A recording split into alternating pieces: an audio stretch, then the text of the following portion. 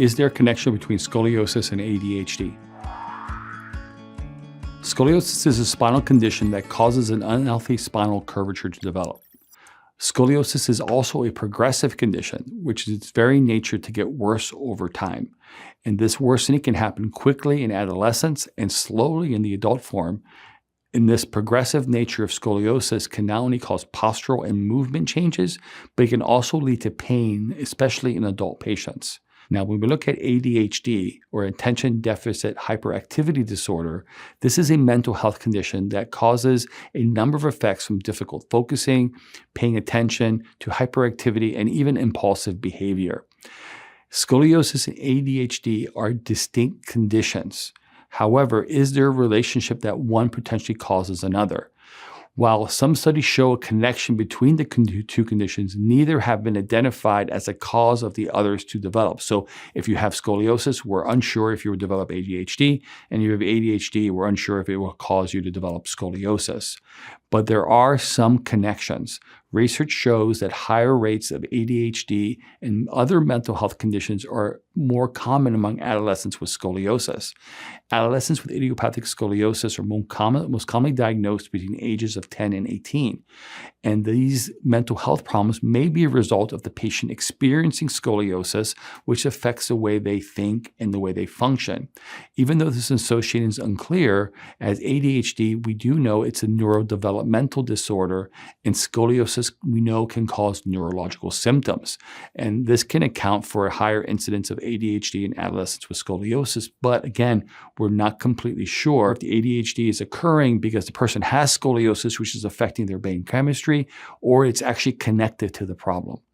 Another potential link between scoliosis and ADHD is what could potentially be associated when we examine patients biochemically. Interesting enough, we don't know the causes of idiopathic scoliosis, meaning most cases of scoliosis have no known cause. This makes it really challenging to link scoliosis with anything because it's considered to be a multifactorial problem, meaning there are many things that could potentially be associated with the causation. However, when we look at theories regarding different factors that could contribute to the onset of scoliosis, there is one theory that involves neurotransmitters, and this one involves specifically called dopamine. Dopamine plays a role also in ADHD. Dopamine is a neurotransmitter, like I mentioned, and dopamine plays a key role in attention, motivation, focus, reward. So an imbalance in dopamine can cause inattention and hyperactivity, which are symptoms of ADHD. In scoliosis, dopamine potentially is involved in neurofeedback and posture control. So an imbalance can potentially be suggested to play a role in the onset or development of scoliosis. So there is a small connection between neurotransmitters, dopamine, and ADHD and scoliosis. However, most of the time when we're treating scoliosis, scoliosis has become a structural condition, meaning the curve itself has become a problem. So I would never rely just on taking some neurotransmitters to try to reduce your scoliosis, because if that's the case and the curves become structural, that's not going to unresolve any structural component associated with scoliosis. Like I mentioned, idiopathic scoliosis is considered to be a multifactorial problem, and it's caused by a number of factors, not just one. And this combination of factors could vary widely from patient to patient.